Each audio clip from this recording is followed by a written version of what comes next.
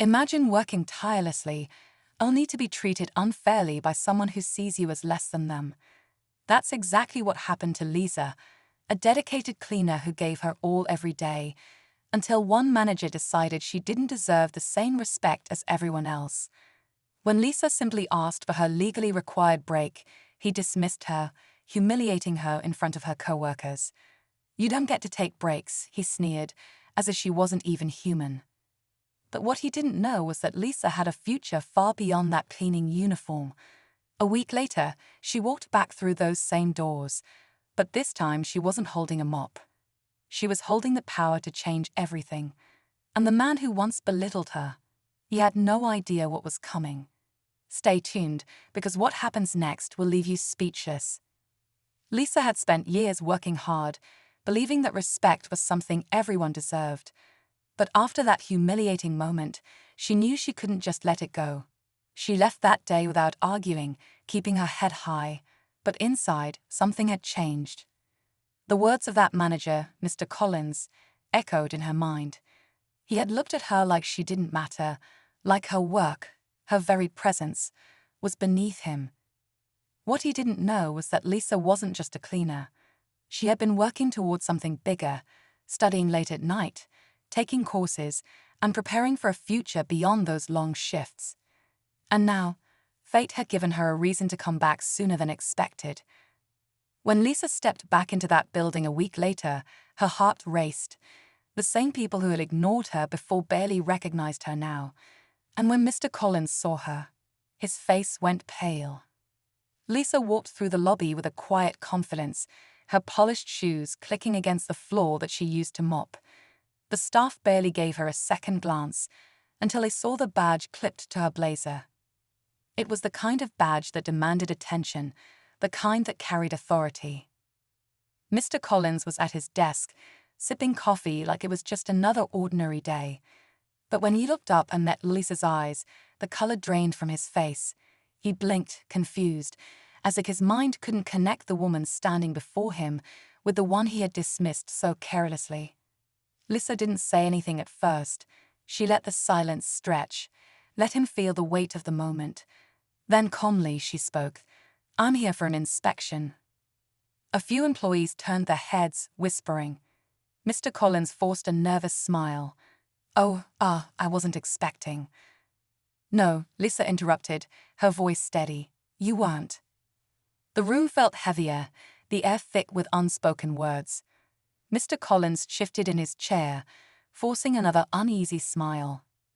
"Well, welcome back, I suppose," he said, his voice laced with forced politeness. Lisa remained unmoved. She glanced around, taking in every detail, the disorganized paperwork, the rushed glances from employees, the way some avoided eye contact. "Let's get started," she said firmly, pulling out a notepad. Mr. Collins stood abruptly. "There's no need for all that. We run things just fine here." His confidence wavered as Lisa flipped a page. She looked him in the eye. "I know exactly how things run here." The whispering grew louder. Some employees exchanged glances, recognizing her now. A few smirked, as if they had been waiting for this moment. Lisa took a slow step forward. "Interesting, because I remember being denied a legally required break in this very building." She let her words settle, watching as some employees subtly nodded in agreement. "I wonder how many others were treated the same way." The executive's expression darkened. Mr. Collins swallowed hard. The walls were closing in. Mr. Collins cleared his throat. "Lisa, let's not make this personal." Lisa raised an eyebrow. "You didn't seem to care about that last week." Mr. Collins opened his mouth to respond, but before he could, another voice cut through the tension. "Is there a problem here?" Everyone turned as a senior executive stepped into the room, his sharp gaze shifting between Lisa and Mr. Collins. He was someone no one ignored, and for the first time, it wasn't Lisa who felt small, it was Mr. Collins. Lisa remained composed. No problem at all, just conducting an inspection. The executive nodded but didn't move. Instead, he folded his arms and looked at Mr. Collins. "I assume everything here meets company standards." Mr. Collins' face twitched. Of course, the room was silent, every employee waiting to see what would happen next. Mr. Collins forced a laugh, but it sounded hollow. Now, let's not blow things out of proportion, he said, his voice unsteady. It was just a misunderstanding. Lisa tilted her head. A misunderstanding. She flipped through her notepad. Because according to multiple employee statements, denying breaks has been a common practice here. And not just for me. The executive's jaw tightened. Is this true? Mr. Collins stammered, his confidence completely unraveling. I mean, sometimes things get busy and... That's enough, the executive cut in. We have strict policies in place for a reason. He turned to Lisa. You're the inspector. What's your recommendation? Lisa took a breath, then met Mr. Collins' panicked gaze. Termination, effective immediately. As the words left her lips, a wave of relief spread across the room. Employees exchanged knowing glances, some even smiling. But just as Mr. Collins grabbed his things in defeat, Lisa spoke again. One more thing. He stopped, hesitant. She slid a document onto the desk. These are reports of every employee you mistreated. You weren't just unfair, you violated labor laws. Mr. Collins' face turned ghostly pale. This wasn't just about losing his job. There were bigger consequences ahead. Mr. Collins stood frozen, his hands trembling as he stared at the documents. There was no way out.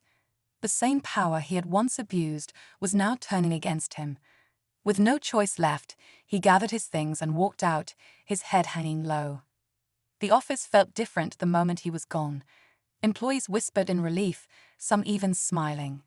Lisa looked around, seeing the change in their faces. No more fear, no more silence. She had done more than just hold someone accountable. She had given people their voices back. The executive turned to her. I think we could use someone like you in a leadership role. Lisa smiled, but she already knew her answer. I appreciate that, she said, but I have bigger plans.